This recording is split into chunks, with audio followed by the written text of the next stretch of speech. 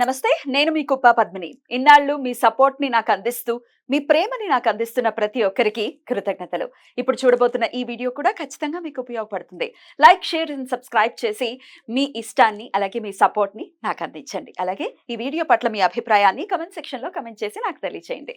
నమస్తే. నమస్తే. Welcome to our channel. నేను పద్మిని. ప్రస్తుతంతో పాటు ప్రముఖ ఆధ్యాత్మికవేత్త, ప్రముఖ న్యూమరాలజిస్ట్, లక్ష్మీ నరసింహస్వామి ఉపాసకురాలు శ్రీమతి స్రవంతి గారు మనతో పాటు ఉన్నారు. మాట్లాడదాం. నమస్తే అక్క. నమస్తే పద్మిని. అక్క, ఈ గురువారం బాలచంద్ర సంకష్టహర చతుర్థి రాబోతోంది. ప్రతి సంకష్టహర చతుర్థికి కూడా అస్సలు మిస్ అవ్వకుండా స్వామి గురించి మాట్లాడటం అనేది జరుగుతోంది. ఇది స్వామి కృపగా ఖచ్చితంగా భావిస్తూ, మరి ఈ సంకష్టహర చతుర్థిని ఎలా వినియోగించుకోవచ్చు ఒక్కసారి మీ ద్వారా. తప్పకుండా చెప్తాను పద్మిని. అయితే ఎప్పుడు కూడా మనం గణపతిని పూజించేటప్పుడు చాలా మనసు ఎంతో ఆహ్లాదంగా అనిపిస్తుంది. చెప్పేటప్పుడు కూడా అవును, చాలా ప్రేమ అనేది వచ్చేస్తుంది. భగవంతుడి మీద ప్రేమ కలగాలి అంటే గణపతి మూర్తిని చూడాలి అని అనిపిస్తుంది నాకైతే. బుజ్జి పిల్లాడిలాగా అనిపిస్తాడు ఇద్దరు కూడా, అటు సుబ్రహ్మణ్యేశ్వర స్వామి, ఇటు ఈయన. ముద్దులు మూట కట్టేస్తారు ఇద్దరు.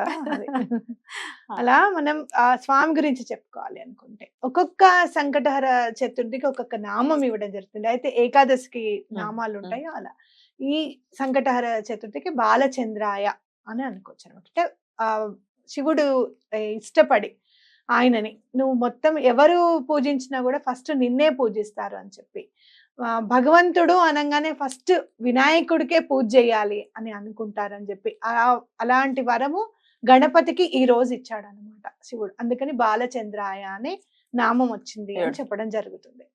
అయితే ఇక్కడ మనము పాల్గొన మాసం వచ్చింది కాబట్టి, పాల్గొన మాసం అనేసరికి మనకి బాగా ఇష్టంగా మనం ఆడుకునేది ఏంటి? హోలీ పండుగ.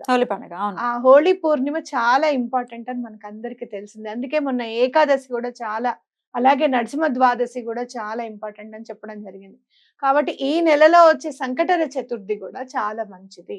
ఎక్కడికెక్కడ ప్రకృతి ఎప్పటికప్పుడు మనకి సహాయం చేస్తూ ఉంటుంది, వరం అనేది ఇస్తూ ఉంటుంది ఎప్పుడు కూడా ప్రకృతి. అయ్యో క్రితం సారి చేసుకోలేదే అని బాధపడిన వాళ్ళు తప్పకుండా ఈ నెల చేసుకోండి. ఎందుకు అనంటే ఇప్పుడు వచ్చే మనకి శోభకృత్ నామ సంవత్సరం ఉంది కదా, దానికి లాస్ట్ ఇది. ఇంకా లాస్ట్, ఇంకా అయిపోతుంది. నెక్స్ట్ మనం మళ్ళీ కొత్త సంవత్సరంలోకి వెళ్ళిపోతాం. క్రోధి నామ సంవత్సరం. ఓకే, ఎంత భయం పడుతుంది నామం. కాబట్టి ఈ సంవత్సరంలో ఈ లాస్ట్ చేసుకోండి కనీసం. ఓకేనా? చేసుకుంటే ఏంటి అనంటే, ఈ బాలచంద్ర సంకటహర చతుర్థి నాడు గనక వినాయకుడిని మనం చక్కగా పూజించుకుంటే మీ పర్సనల్ లైఫ్ లో ఎలాంటి ప్రాబ్లమ్స్ ఉన్నా కూడా తీరిపోతాయి. అలాగే ప్రొఫెషనల్ లైఫ్ లో మిమ్మల్ని ఇబ్బందిగా ఉంది, మాకు చాలా బాధగా ఉందమ్మా, మేము ఎంత పని చేస్తున్నా కూడా మమ్మల్ని తిడుతూనే ఉంటారు, విసుకుంటూనే ఉంటారు, టాంటింగ్ అంటూ ఉంటుంది ఆఫీస్ లో, ఇలాంటివన్నీ ప్రాబ్లమ్స్ అన్ని కూడా తీరిపోతాయి. అద్భుతం. సంకటము అనంటే ఎలా అయినా ఉండొచ్చు. అటు పర్సనల్ లైఫ్ లో ఉండొచ్చు, ఇటు ప్రొఫెషనల్ లైఫ్ లో ఉండొచ్చు, లేదు అంటే గనక బిజినెస్ చేస్తున్నాము అందులో ఉండొచ్చు. కానీ ప్రత్యేకంగా ఇప్పుడు ఈ సంకటహర చతుర్థికి, పాల్గొన మాసం సంకటహర చతుర్థికి ఏంటి అంటే, ప్రొఫెషనల్ లైఫ్ లో ఎలాంటి ప్రాబ్లమ్స్ ఉన్నా, పర్సనల్ లైఫ్ లో ఎలాంటి ప్రాబ్లమ్స్ ఉన్నా తప్పకుండా తీరుతాయి అని చెప్పి రాయబడింది అనమాట. ఆన్ దట్ నోట్ అక్క, ఒకవేళ డబ్బులు ఎక్కడైనా ఇరుక్కుపోయాయి, లేకపోతే ఆన్లైన్ లో మోసపోయాము అని కొన్ని కాల్స్ వింటుంటే బాధ అనిపిస్తుంది. ఆన్లైన్ లో ఎలా మళ్ళీ రిటర్న్ వస్తాయి, కానీ దైవం తలుచుకుంటే ఎంతసేపు, ఇప్పించాలి అనుకుంటే స్వామి ఖచ్చితంగా వస్తాయి. అయితే ఇలా ఇరుక్కుపోయినవి కానీ, ఎక్కడైనా మోసపోయినవి కానీ, మావి మాకు రావాలి అనుకున్నప్పుడు సంకష్టహర చతుర్థుల్ని వినియోగించుకోవచ్చా? తప్పకుండా చేసుకోవచ్చు. ఎందుకు అనంటే, బలానా వ్యక్తితో మాట్లాడిద్దామండి, తెలిసిన వాళ్ళు ఉన్నారు కదా అని చెప్పి మాట్లాడిద్దాం అనుకుంటే ఈ పర్సన్ దొరకకపోవడం, ఇతను దొరికినప్పుడు మనం తీసుకున్న వాళ్ళు అక్కడ ఇంట్లో లేకపోవడం, ఇలాంటివి కూడా ఆటంకాలు ఉంటాయి. అలాంటి ఆటంకాలన్నీ తొలగిపోవాలని కూడా స్వామిని తప్పకుండా మనం దండం పెట్టుకోవచ్చు. ఎందుకు అనంటే, స్వామి లక్ష్మికి కూడా, ఇప్పుడు లక్ష్మీ గణపతి అని కూడా అంటాం, ఇటు సరస్వతిని అటు లక్ష్మీదేవిని చక్కగా పక్కనే కూర్చోబెట్టుకొని ఉన్నారు స్వామి. తప్పకుండా ఎటువంటి పరిస్థితుల్లోనూ ఈయనకి పూజ చేస్తే కనుక, ఎందుకున్నారు, గణపతికి పూజ చేస్తే అటు లక్ష్మీదేవికి అందుతుంది, ఇటు సరస్వతి దేవికి అందుతుంది అనమాట. అందుకనే మీరు చదువు కావాలంటే గణపతి, లేదు డబ్బుకి ఇబ్బందిగా ఉంది అంటే గణపతిని, దేనికైనా కూడా గణపతిని ముందు పూజించమని ఎందుకు పెట్టారు మన పెద్దవాళ్ళు? ఎందుకు అనంటే ఆయనకి చేస్తే అందరికీ అందుతుంది అని చెప్పి. చివరికి చూడు ఆయనకి చేస్తే అందరికి అందుతుందనే శ్రీపాద శ్రీవల్లభులు కూడా గణేష్ చతుర్థిని వినాయక చవితిని ఎన్నుకున్నారు ఆయన జన్మించడానికి అన్నమాట. కాబట్టి తప్పకుండా అలాంటి డబ్బుకి సంబంధించిన ప్రాబ్లమ్స్ ఉంటే కూడా తప్పకుండా తీరిపోతాయి. కావాల్సింది ఇక్కడ మనకి నమ్మకం. బా ఏ చవితి చూసినా ఇంపార్టెంట్ అంటున్నారు. మరి ఇంపార్టెంట్ అంటే చవితి తిదే ఇంపార్టెంట్ అసలు 100%. కాబట్టి అది మనం గుర్తెరగాలన్నమాట. అయితే ఏ మాసంలో వచ్చేది ఆ మాసంలోనే వస్తుందిగా. ఇప్పుడు పాల్గొన మాసం చవితి నెక్స్ట్ రాదు కదా, మళ్ళీ 1 year వరకు వెయిట్ చేయాల్సి వస్తుంది మనం. ఏ ఏ తిథి గురించి అయితే మనం వెయిట్ చేయాల్సి వస్తుందో ఆ తిథి చాలా ఇంపార్టెంట్ అని మనం అనుకోవాలి. ఖచ్చితంగా. అయితే ఏం చేయమంటారు? ఈ ఒక్క సంకష్టహర చతుర్థిని వినియోగించుకోవచ్చా, లేకపోతే ఇన్ని నెలలు చెయ్యాలా, అసలు ఏం చేయమంటారు? అసలు ముందు ఏదన్నా అనుకుంటే మేము 11 నెలలు అనుకుంటే అది ఆగిపోతుంది అని అనుకున్న వాళ్ళు ఫస్ట్ ఈ నెల చేసేసేయండి. ఈ నెలే చేస్తామని దండం పెట్టుకోండి, ఆ నెల చేసేసేయండి. మళ్ళీ నెక్స్ట్ మంత్ నాయన ఇప్పుడు ఇది కుదిరితే ఇది చేస్తామని దండం పెట్టుకోండి. అలా ఒక్కసారి అనుకున్నవి అయ్యి రెండోసారి విఘ్నం వచ్చేస్తూ ఉంటుంది మనకి. అవును. అప్పుడు ఆ 11 సార్లు అనుకోకండి, మాకు ఎప్పుడు కుదిరితే మేము అప్పుడు చేస్తాం స్వామి, కుదిరేటట్టుగా నువ్వే చూడు అని చెప్పి దండం పెట్టుకోవడం. కరెక్ట్. తప్పకుండా ఎటువంటి పరిస్థితుల్లోనూ మనకి పని అయిపోతుంది. అయితే ఇక్కడ మనము ఇంకోటి గుర్తెరిగి అదేంటి అని అంటే, ఎప్పుడు కూడా స్వామికి ప్రత్యేకంగా ఏదైనా చేస్తే చాలా ఇష్టం. ఎందుకు అని అంటే గణపతికి చూడు బెల్లం ఒకటి, బెల్లంట ఆయనకి ఒక్కటి పెట్టకూడదుట, 2 పెట్టాలంట. ఇప్పుడు కూడా 2 ముక్కలు పెట్టాలంట బెల్లం. అయితే అలా మనం ప్రత్యేకంగా ఏదైనా చెయ్యాలి స్వామికి అంటే మనం గణపతి తాళం ఒకటి చదివి వినిపించాలి, అది బాగుంటుంది. అలాగే గణపతి అథర్వ శీర్షము అని ఉంటుంది. మనం ఇప్పుడు చదివితే చాలా టైం పడుతుంది అని చెప్పి నేను చెప్పట్లేదు, అలా అని మీరు భయపడిపోకండి, చాలా టైం పడుతుంది అన్నారు. వినొచ్చు కదా, వినొచ్చు, తప్పకుండా వినొచ్చు. చదవగలిగితే చదవండి. బాగా తెలుగు వచ్చండి మాకు అన్నప్పుడు చక్కగా చదువుకోండి. అథర్వ శీర్షము గణపతిది, అథర్వ శీర్షము ఇన్ తెలుగు అని కొట్టండి గూగుల్లో, చక్కగా వస్తుంది. ఒక్క 15 నిమిషాలు శ్రద్ధతో చదవండి, చాలా మంచిది. అది చదువుకుంటే మీకు ఎలాంటి ప్రాబ్లమ్స్ అయినా కూడా తీరిపోతాయి. మెయిన్ ఇంకోటి ఏంటి అంటే, ఇలాంటి అడ్డంకులు ఉన్నాయి చూసావా, అస్సలు పనే అవ్వట్లేదు అనుకున్న పనులు అథర్వ శీర్షం చదివితే చాలా ఫాస్ట్ గా అయిపోతాయి అని చెప్పి చెప్తున్నారు. అద్భుతం. కాబట్టి తప్పకుండా అది చదువుకోండి. ఇంకా పూజ ఎలా చేసుకోమంటారు? పూజ పొద్దున్నే ఎలాగూ మనం ఉపవాసం ఉండాలి, పొద్దున్నే తలంటు పోసుకోవాలి, ఉపవాసం ఉండాలి. ఉపవాసం ఉన్న తర్వాత సాయంత్రము పూజ స్టార్ట్ చేసుకోవాలి. అంటే సూర్యాస్తమం అయిన తర్వాత పూజ స్టార్ట్ చేసుకుంటుంటే మీకు 7:30కి ఖచ్చితంగా పూజ అయిపోయేటట్టుగా చూసుకోండి.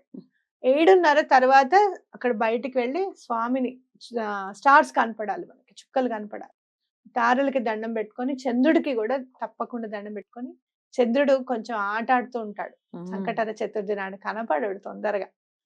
కొన్ని ప్రదేశాల్లో ఏంటంటే చంద్రుడిని చూస్తేనే మేము అన్నం తింటాం అనుకొని ఆ రోజు తినకుండా ఉండేవాళ్ళు ఉన్నారు. కానీ మా నాకేం చెప్పింది అంటే, చంద్రుడు అనేవాడు ఉన్నాడు, నీకు కనపడకపోయినంత మాత్రాన ఆయన లేడని కాదు, ఆయనకు దండం పెట్టుకో, ఆయనకు అందుతుంది నీ దండము, నువ్వు తప్పకుండా రాత్రి అన్నం తినాల్సిందే అని చెప్పేది మా అమ్మ. ఎందుకంటే పుణ్యశ్రీలు కానివ్వు, లేదు అంటే గనక సంసారిక జీవితంలో ఎవ్వరున్నా కూడా రాత్రి పూట తినకుండా పడుకోకూడదు. తినకుండా పడుకుంటే అది లంకనంలోకి వస్తుంది అన్నమాట, అది ఉపవాసం కిందకి రాదు. ఇంకా తప్పకుండా గృహస్థాశ్రమంలో ఉన్న వాళ్ళు ఎవరైనా కూడా అంత తినాలి తప్పకుండా. అయితే అది మీరు చపాతి తినచ్చు, లేదు అంటే ఏదో ఒకటి అన్నాన్ని భిన్నం చేసుకొని తినచ్చు. మా అమ్మ భలే అన్ని చెప్పేది, అన్నాన్ని భిన్నం చేసుకోవడం అంటే పులిహార అనమాట, లేదంటే కట్టు పొంగల్ అనమాట, అట్లా అలాంటివి చేసుకొని తినచ్చు.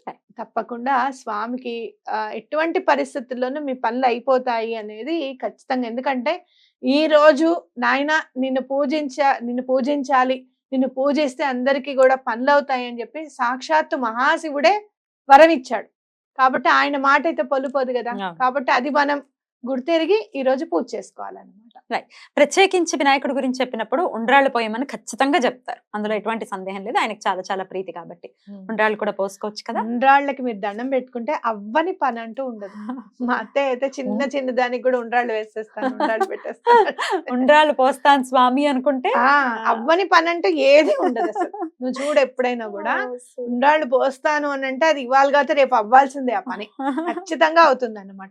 స్వామికి చాలా ఇష్టం ఉండ్రాళ్ళు అంటే, కాబట్టి తప్పకుండా ఉండ్రాళ్ళు నైవేద్యంగా పెట్టండి.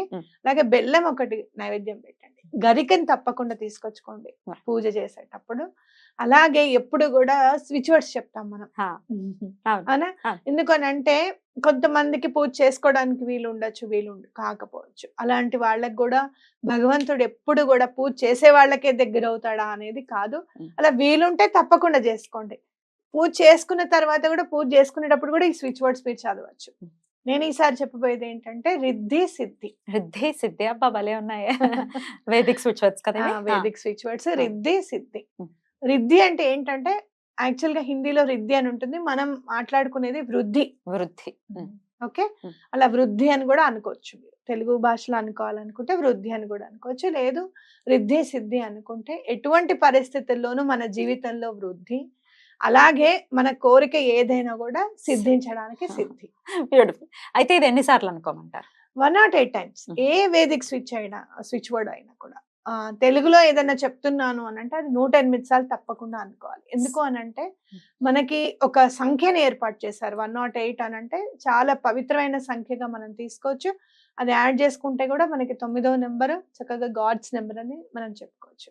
కాబట్టి 108 సార్లు తప్పకుండా చదవండి. రైట్ అక్క. అయితే సాయంత్రం చదవమంటారా, ఎప్పుడు చదవమంటారు? పొద్దున్న చదువుకుంటూ ఉండండి. మీకు ఆ. కుదిరినప్పుడు సాయంత్రం పూజ చేసుకునేటప్పటికి ఒక 108 సార్లు, కనీసం 2 సార్లు చేశారనుకో. ఒకసారి పొద్దున మామూలుగా మనం దీపం పెట్టుకుంటాం కదా, సాయంత్రం పూజ చేసుకున్నా అప్పుడు దీపం పెట్టుకున్నప్పుడు అప్పుడు చదివేసుకోండి 108 సార్లు. సాయంత్రం పూజ చేసుకునేటప్పటికి మీకు టైం ఉంటుంది, Right. అప్పుడు కూడా ఉంది, ఇంకా చదువుకోండి. Right. లేదు రాత్రి భోజనం చేసిన వాళ్ళందరూ కూడా బాలచంద్ర సంకష్టహర చతుర్థిని వినియోగించుకోవాలని మనస్ఫూర్తిగా మనవి చేస్తూ thank you so very much. నమస్తే అక్క. నమస్తే.